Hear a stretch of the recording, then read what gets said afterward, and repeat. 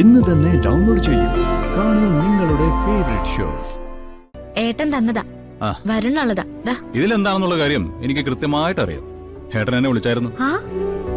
അതെ, എനിക്ക് കാണേണ്ടത് ഏട്ടൻ തനിക്ക് തന്ന സമ്മാനങ്ങളാ. അതിങ്ങടുത്ത്. അത് അതിപ്പോ കാണണ്ട. അതെന്താ? ഏട്ടൻ തനിക്കൊന്നും കൊണ്ടുവന്നില്ലേ? എടോ, ഇത്രയും പേർക്ക് സമ്മാനങ്ങളുമായിട്ട് വന്ന ഏട്ടന്റെ സ്വന്തം പെങ്ങൾക്കൊന്നും കൊണ്ടുവന്നില്ല എന്ന് പറഞ്ഞാ ഞാൻ വിശ്വസിക്കില്ല. ഇങ്ങടുത്ത് കാണട്ടെ. അല്ല, അതൊക്കെ ഞാൻ തിരിച്ചു കൊടുത്തു. തിരിച്ചു കൊടുത്തോ? എന്തിന്? അത് ഏട്ടൻ സമ്മാനങ്ങളെ കൊണ്ടുവന്നതിനെ പറ്റി ഒരു പ്രശ്നം ഉണ്ടായി. എന്ത് പ്രശ്നം? ആരാ പ്രശ്നം ഉണ്ടാക്കി?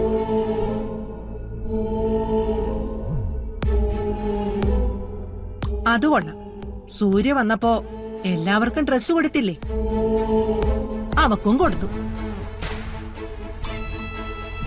ഓ, എനിക്ക് സമ്മാനങ്ങൾ തരുന്നതിന് മുൻപ് വേറൊരുത്തിക്ക് കൊടുത്തല്ലേ? അപ്പോ സൂര്യയുടെ മനസ്സിൽ എനിക്ക് 2ാം സ്ഥാനമേ ഉള്ളൂ അല്ലേ?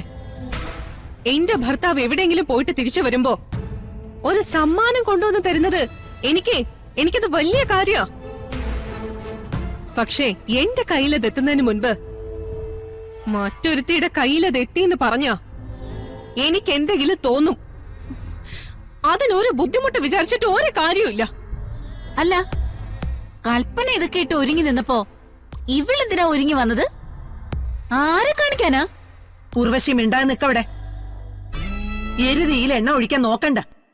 എണ്ണ ഒഴിച്ചെങ്കി അതങ്ങ് ആളി കത്തട്ടെ. എത്ര തലയിലെടുത്തോണ്ട് നടന്നാലും അനാഥയാണെന്ന ബോധം ഇവൾക്കുണ്ടാവണം. അച്ഛനെ അമ്മയും പോലും തിരിച്ചറിയാത്തവളാ കണിമംഗലത്തെ തമ്പുരാട്ടി. ഞാൻ ഇവളുടെ ദാസിയൊന്നുമല്ല. ഉർവശി, ആരൊന്നും പറയണ്ടമ്മേ.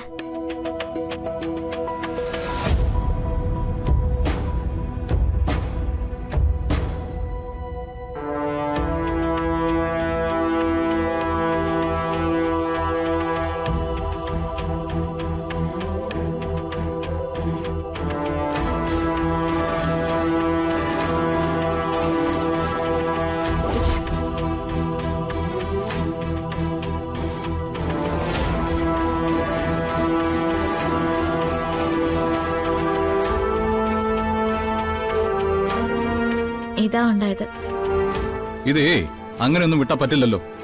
താൻ എന്റെ ഭാര്യ. എന്റെ ഏട്ടൻ വളരെ മാന്യമായിട്ട് തന്നോട് പെരുമാറുമ്പോ അതിനെ അതേ മാന്യതയോട് സ്വീകരിക്കാൻ മറ്റുള്ളവർക്കും പറ്റണം. നോക്ക്, ഇത് ഇപ്പൊ തന്നെ ചോദിച്ചിട്ടേ കാര്യമുള്ളൂ. ഒന്നും മിണ്ടായിരിക്കെ.